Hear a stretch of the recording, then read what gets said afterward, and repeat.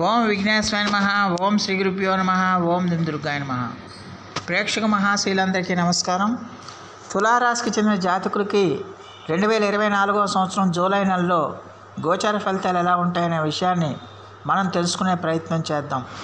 ఈ తులారాశికి చెందిన జాతకులు అంటే చిత్తా నక్షత్రం 3-4 పాదాలు, స్వాతి నక్షత్రం 1-2-3-4 పాదాలు, విశాఖ నక్షత్రం 1-2-3 పాదాలకు చెందిన వ్యక్తులు ఎవరైనా సరే ఈ తులారాశికి చెందిన జాతకులై ఉంటారు.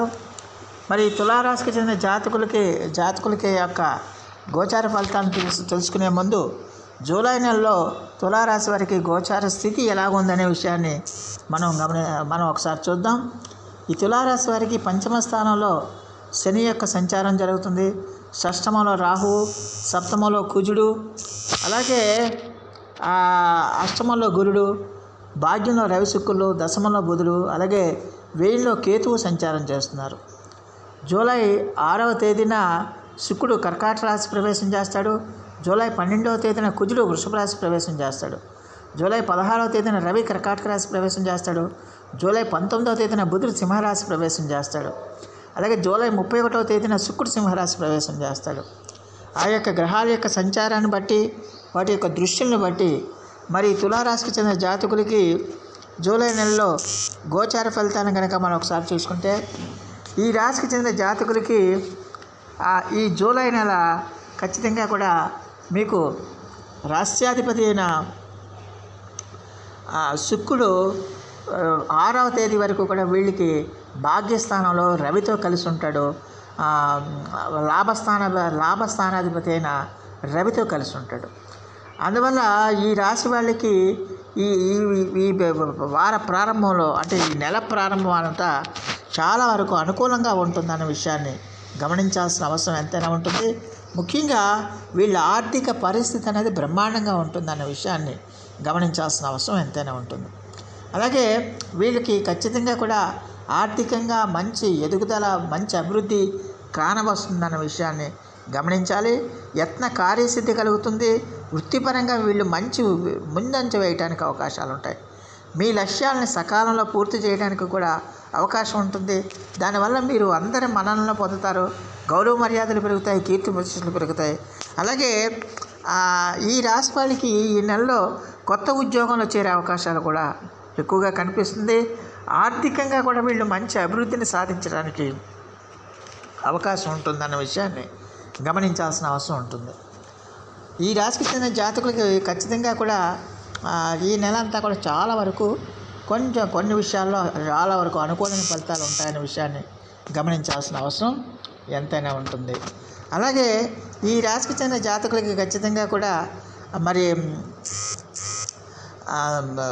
భాగ్యాధిపతి అయిన బుధుడు దశమ స్థానంలో సంచారం చేస్తున్నాడు. ఈ భాగ్యాధిపతి అయిన బుధుడు దశమ స్థానంలో సంచారం చేయటం వల్ల ఖచ్చితంగా కూడా మీకు బ్రహ్మాండంగా యోగిస్తుందన్న విషయాన్ని గమనించాలి. ముఖ్యంగా చాలా వరకు కూడా మీకు అనుకూలమైన ఫలితాలు ఉంటాయనే విషయాన్ని గమనించాల్సిన అవసరం ఎంతైనా ఉంటుంది. అందువల్ల ఉద్యోగస్తులకి బ్రహ్మాండంగా మీ కార్యాలయాల్లో, మీ యొక్క మీరు పనిచేస్తున్న ప్రాంతాల్లో మంచి అందరి యొక్క సహాయ సహకారాలు లభిస్తాయి. తోటి ఉద్యోగులకు సహాయ సహకారాలు లభిస్తాయి. మీ పై అధికారుల యొక్క ఆశీస్సులు లభిస్తాయి. దానివల్ల ఖచ్చితంగా కూడా మీకు చాలా ప్రోత్సాహకరంగా ఉంటుంది. అలాగే కొత్త ఉద్యోగాలకు కూడా మీకు అవకాశం ఉంటుంది. అందువల్ల మీరు ఉద్యోగాలు మారడానికి కూడా ఎక్కువగా అవకాశాలు ఉంటాయనే విషయాన్ని గమనించాలి. అలాగే పంచమాధిపతి అయిన శని తిరోగమనంలో ఉన్నాడు, వక్ర స్థానంలో ఉన్నాడు. అలాగే అందువల్ల ఈ రాశికి చెందిన విద్యార్థులు ఎవరైతే ఉన్నారో ఆ విద్యార్థులకి ఖచ్చితంగా కూడా ఈ నెల అంతా కూడా కొంచెం ఎక్కువగా కాన్సన్ట్రేషన్ చేయాల్సిన అవసరం ఉంటుంది. అంటే మీరు ఎక్కువగా మర్చిపోయటానికి అవకాశాలు ఉన్నాయి చదివింది. అందువల్ల ఒకసారి చదవకుండా పదే చదువుకుంటూ, మీరు చదవాల్సిన అంశాలని పదే చదువుకుంటూ పునరావృతం చేసుకోవాల్సిన అవసరం ఎంతైనా ఉంటుంది.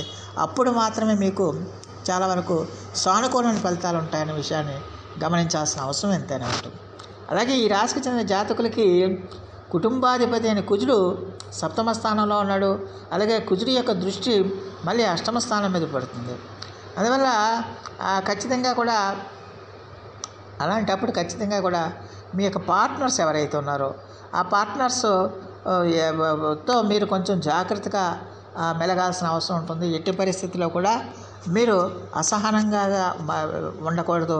ఎట్టి పరిస్థితిలో కూడా మీ కోపాన్ని కానీ మీ అసహనాన్ని కానీ మీ కుటుంబ సభ్యుల మీద చూపించకూడదన్న విషయాన్ని గమనించాల్సిన అవసరం ఎంతైనా ఉంటుంది.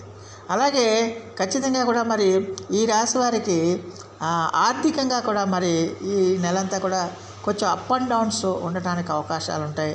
అలాగే రాశ్యాధిపతి అయిన శుక్రుడు భాగ్యస్థానంలో కూర్చుండడం 6వ తేదీ వరకు, అప్పటి వరకు కూడా మీకు శుక్రుడు చాలా వరకు మంచి ఫలితాలను ఇస్తాడన్న విషయాన్ని గమనించాల్సిన అవసరం ఎంతైనా ఉంటుంది. అలాగే ఖచ్చితంగా కూడా మరి 7వ తేదీ నుంచి మరి శుక్రుడు ఖచ్చితంగా కూడా 7వ తేదీ నుంచి శుక్రుడు మరి కర్కాటక రాశిలోకి ప్రవేశం చేస్తాడు, దశమ స్థానంలోకి ప్రవేశం చేస్తాడు. కాబట్టి ఆర్థికంగా కూడా మీకు అప్ అండ్ డౌన్స్ ఉండటానికి ఎక్కువగా అవకాశం ఉంటుంది. అలాగే అయినప్పటికీ కూడా ఈ రాశికి చెందిన జాతకులకి కొంచెం అంటే మీకు మరీ ఓవర్గా ఎక్స్పెక్టేషన్ చేయకుండా ఆర్థికంగా మీకు ఖచ్చితంగా కూడా ఎంతో కొంత సానుకూలమైన ఫలితాలు ఆర్థికంగా ఉంటాయన్న విషయాన్ని గమనించాల్సిన అవసరం ఎంతైనా ఉంటుంది.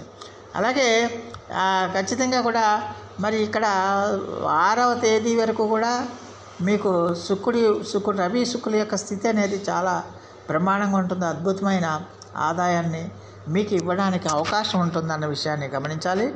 అలాగే 16వ తేదీ నుంచి మాత్రం రవి మళ్ళీ దశమ స్థానంలోకి వస్తున్నాడు. కాబట్టి ఖచ్చితంగా అప్పటి నుంచి మళ్ళీ ఉద్యోగస్తులకి బ్రహ్మాండంగా యోగించడానికి అవకాశాలు ఉంటాయనే విషయాన్ని గమనించాల్సిన అవసరం ఎంతైనా ఉంటుంది. అలాగే ఈ రాశికి చెందిన జాతకులకి కేతు 10వ స్థానంలో సంచారం చేస్తున్నాడు. అలాగే రాహు 6వ స్థానంలో సంచారం చేస్తున్నాడు. కాబట్టి కొంచెం ఖచ్చితంగా ఆ కేతు గ్రహ ప్రభావం వల్ల చిన్న ఆకస్మాత్తుక సమస్యలు రావడానికి అవకాశాలు ఉంటాయి. మీరు ఊహించకుండానే సమస్యలు రావడానికి అవకాశాలు ఉంటాయి. దానివల్ల మీరు కొంచెం మానసికంగా ఇబ్బంది పడడానికి, మానసికంగా ఆందోళన చెందడానికి ఎక్కువగా అవకాశం ఉంటుందనే విషయాన్ని ఈ తులారాశికి చెందిన జాతకులు తెలుసుకోవాల్సిన అవసరం ఎంతైనా ఉంటుంది.